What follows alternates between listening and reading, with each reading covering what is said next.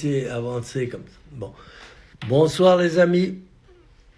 Ah, j'ai tellement de choses en tête qu'il faut absolument que je me vide la tête. Sinon, cette histoire de Sarkozy, moi, ça m'a vraiment choqué. Ça m'a vraiment choqué. J'arrive pas à croire qu'un homme pareil se comporte comme ça. C'est totalement incroyable. Ce type-là, pour moi, c'est un faux français déjà. Au départ, de toute façon, il n'a pas une goutte de sang français. Bon, ça change pas grand-chose. Mais quand il parle de patrie, non, il est pas dedans. Sa patrie, c'est les banques et c'est tout. Et voilà. Donc, si mes souvenirs sont bons, moi je me souviens que Sarkozy, qui dit qu'il a fait grand-chose pour la France et que beaucoup de gens le soutiennent en plus. Alors là, je suis vraiment terrifié. Quand je vois des choses pareilles, je suis terrifié de voir comment le peuple français a changé. Parce que soutenir un type pareil, déjà qui nous a obligés à entrer dans l'Europe, obligatoire, dans l'espace Schengen et compagnie, alors que le peuple français, par référendum, ne voulait pas être européen. Et ils avaient raison, puisque l'Europe, aujourd'hui, c'est une foutaise monumentale. D'accord ? Ça, c'est une chose. Deuxièmement, toutes les saloperies qu'il a fait, là, avec ces deux, ces deux salopards de voyous aussi, que j'appelle des voyous, des trafiquants, des ci, de là, des grands voyous. Maintenant, il y a encore une chose que je retiens bien, c'est que il a fait une fois dans une émission, il a dit le patron voyou doit être traité comme un voyou. Or, lui, c'est un voyou. À mes yeux, c'est un voyou. D'accord ? On sait tout ce qu'il a fait. Il esquive tout ce qu'on veut. Si les juges lui ont infligé une peine de 5 ans, c'est pas pour rien. Ok, ils prennent leur revanche, d'accord. Mais ils savent tout ce que Sarkozy a fait. Mais il a tout réussi à cacher. Et donc, avec ces deux acolytes, on a réussi quand même à lui mettre une association de malfaiteurs. Car ce sont des malfaiteurs.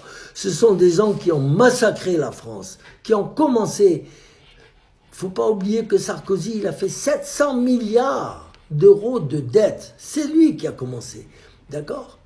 Alors après, il dit, les tribunaux doivent punir. Parce que lorsqu'on est voyou, c'est encore pire d'être un voyou du haut de l'échelle, ce qu'il est, par rapport au voyou du bas de l'échelle. Eh bien, moi, je préfère avoir affaire à un voyou du bas de l'échelle, car ces gens-là, ils font des conneries, comme j'en ai fait. Quand ils se font choper, la plupart admettent, reconnaissent, ils vont gentiment en prison et on ne leur met pas de garde du corps. Pourquoi mettons des gardes du corps comme ça, jusque dans une prison où en principe on est en sécurité, il est dans sa cellule, si on peut appeler ça une cellule, parce que même c'est un 3-4 étoiles, hein, ça c'est... J'aurais bien voulu avoir des chambres pareilles, moi, pendant mes détentions, hein, franchement. Là, il n'a pas à se plaindre. Alors, il dit 9 carats, il est petit, lui, ça lui va très bien. 9 mètres carrés, ça lui va très bien. C'est même trop grand pour lui. Mais bon, après encore, on autorise sa femme à aller le voir là-bas et tout.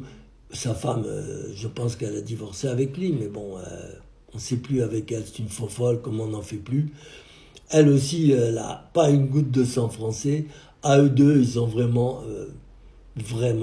négligé le peuple français. Ils ont fait passer leur temps qu'à se bourrer la gueule, même souvent le nez aussi, hein, en passant, surtout par Carla Bruni, qui est bien connue pour ça. Voilà. Donc, voilà ce qu'on a aujourd'hui. Alors maintenant, bien sûr, il y a Macron plus tard. Lui, je pense qu'il est déjà en train de se préparer, ou alors il va se sauver dans une île déserte. Il a déjà préparé sa fuite, c'est sûr, parce que lui, dès qu'il sera plus président, je pense qu'il va avoir de graves problèmes. Hein. Et puis, bon, là, j'ai lu quelque part qu'ils voulaient rétablir de force le vaccin, un nouveau vaccin, pour tuer de plus en plus de gens. Un nouveau vaccin, vous vous rendez compte?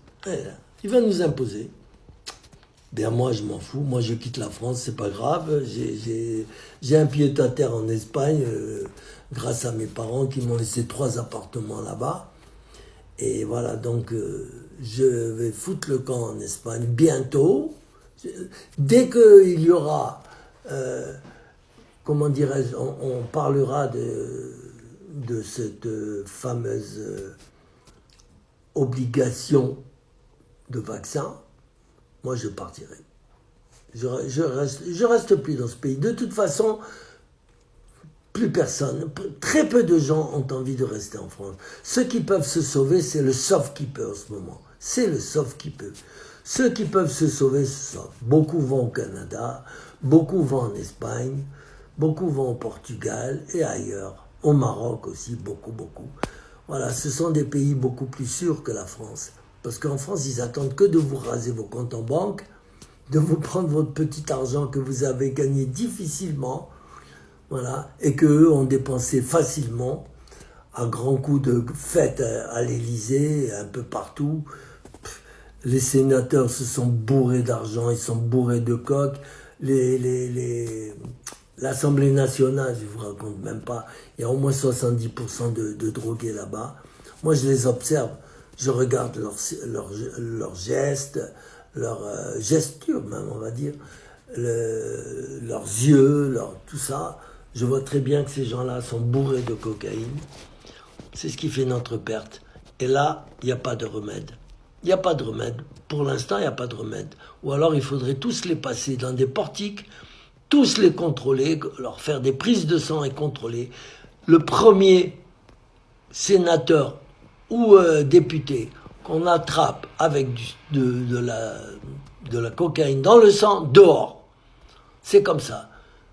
Mais je pense que l'autre là, le Premier ministre, il ne va pas faire ça parce que lui aussi, il m'a l'air d'être intéressé par ce truc. Et beaucoup d'autres.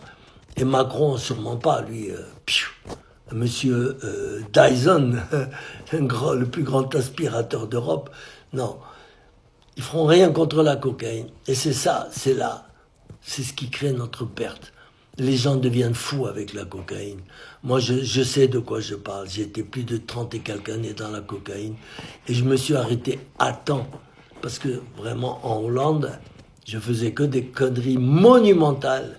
Et je peux dire que j'ai eu la chance d'avoir fait ces conneries-là en Hollande. Parce que ça aurait été en France, je serais encore en prison. Parce qu'en Hollande, quand ils m'attrapaient, ils comprenaient. Ils disaient oui. C'est des gens très compréhensifs, les Hollandais. Ce sont de braves gens, voilà. Et ils comprenaient la misère des autres et tout. En France, on comprend rien du tout. Rien, on ne veut rien comprendre. Voilà. Le petit peuple, c'est comme disaient les sans-dents de François Hollande. Tout le monde leur crache dessus. Ils sont là que pour remplir les caisses de l'État, voilà. Et puis c'est tout. Et aucune pitié pour eux, aucune pitié. Macron, pendant qu'il était dans le passé, il a réduit toutes les places d'hôpitaux, il a fait des tas de conneries, il s'en foutait royalement de ce qu'allait vivre le peuple français et de ce qu'est en train de vivre encore le peuple français, qui n'en peut plus. On est le pays le plus taxé. Pourquoi ? Parce qu'il y a le pays où il y a le plus d'enculés, de gros enculés. Énorme, immense enculé, voilà. C'est pour ça que ce pays est le plus taxé.